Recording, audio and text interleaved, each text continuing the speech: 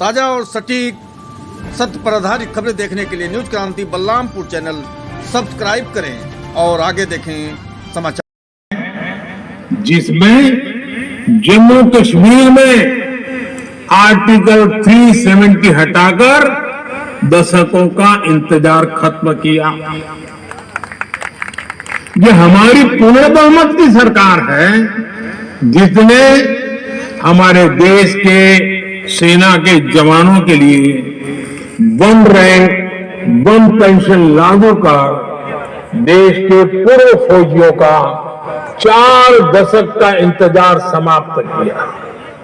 ये पूर्ण बहुमत की सरकार है जिसने जीएसटी जैसी आधुनिक टैक्स व्यवस्था लागू कर देश का कई दशक पुराना इंतजार समाप्त किया। यह हमारी सरकार है जिसने नारी शक्ति बंधन अधिनियम बनाकर देश की महिलाओं का बरसों पुराना इंतजार खत्म किया। यह हमारी सरकार है जिसने 3 तलाक के खिलाफ कानून बनाकर मुस्लिम बहन बेटियों में इंसाफ की उम्मीद बढ़ाई। यह हमारी सरकार है जिसने 3 दशकों के इंतजार के बाद नई राष्ट्रीय शिक्षा नीति लागू की। यह हमारी सरकार है जिसने एससी, एसटी, ओबीसी का हित सुरक्षित रखते हुए भी गरीब युवाओं को 10% आरक्षण का प्रावधान किया। और ये हमारी सरकार है जिसको अयोध्या में रामलला के विग्रह की प्राण प्रतिष्ठा का साक्षी होने का अवसर मिला। जब देश में पूर्ण बहुमत की सरकार होती है तो नीति में, निर्णयों में स्पष्टता होती है। इसका सीधा प्रभाव वैश्विक स्तर पर देश की साख पर भी पड़ता है। और साथियों, मैं बताता हूं, मैं जब दुनिया के बड़े बड़े दिग्गजों को मिलता हूं ना, बड़े बड़े नेताओं को मिलता हूं ना, दुनिया के कोई भी बड़े देश, जब मैं उनसे हाथ मिलाता हूं तो अकेला मोदी हाथ नहीं मिलाता है, 140 करोड़ देशवासी मेरे साथ खड़े होते हैं। और ये दुनिया को प्रभावित करता है। ये ताकत होती है पूर्ण बहुमत वाली सरकार की।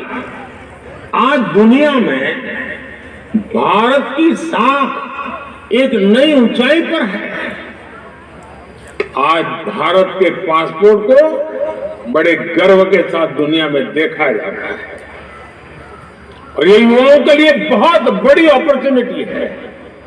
इस वजह से बीते वर्षों में भारत में रिकॉर्ड एफडीआई आया है। भारत का विदेशी मुद्रा भंडार भी आज रिकॉर्ड स्तर पर है। कभी सोना गिरवी रखना पड़ता था, आज दूसरी स्थिति है। ये देश में रोजगार के भी नए मौके लगातार बना रहा है। साथियों, आपको याद होगा लाल किले से मैंने कहा था कि यही समय है, सही समय है।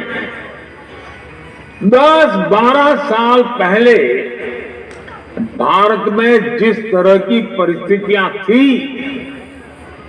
उन्होंने देश के युवाओं का भविष्य अंधकारमय बना दिया था। उस समय आप में से बहुत सारे लोग, कोई 8 साल का होगा, कोई 10 साल का होगा, कोई 12 साल का होगा, हो सकता है उस समय की सारी स्थिति आपको पता भी ना हो। आज स्थितियां बदली है। हम आज जिन पॉसिबिलिटीज की बात कर रहे हैं, 2014 से पहले की जनरेशन ने उनकी उम्मीद तक छोड़ दी थी। आप में से कई न्यूज़पेपर्स पढ़ते होंगे। आज हर दिन नई खबर आती है कि देश ने इस सेक्टर में ये बड़ी उपलब्धि हासिल की।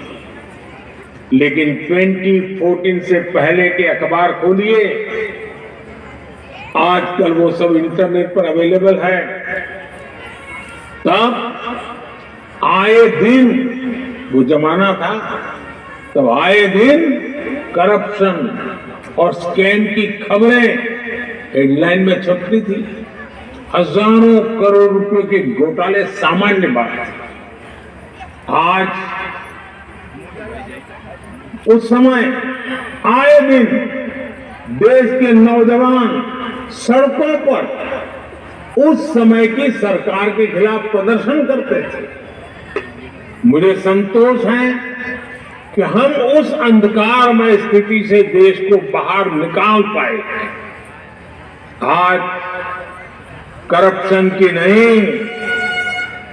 क्रेडिबिलिटी की बात होती है। आज स्कैम की नहीं, सक्सेस स्टोरीज की बात होती है। तब भारत फ्रेजाइल 5 में था। दुनिया सोचती थी कि भारत खुद भी डूबेगा और हमें भी ले डूबेगा। आज भारत 5वीं बड़ी अर्थव्यवस्था है और दुनिया सोचती है कि भारत के विकास से उसका भी विकास होगा।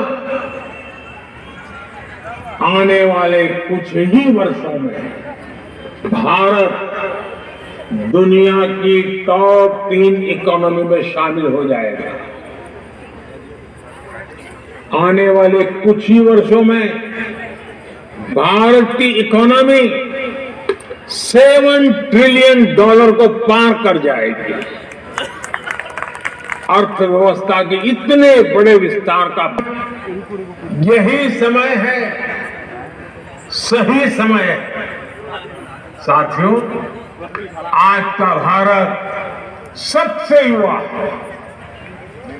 इसी युवा प्रेरणा से आज का भारत और उन्हें प्राप्त भी करता है।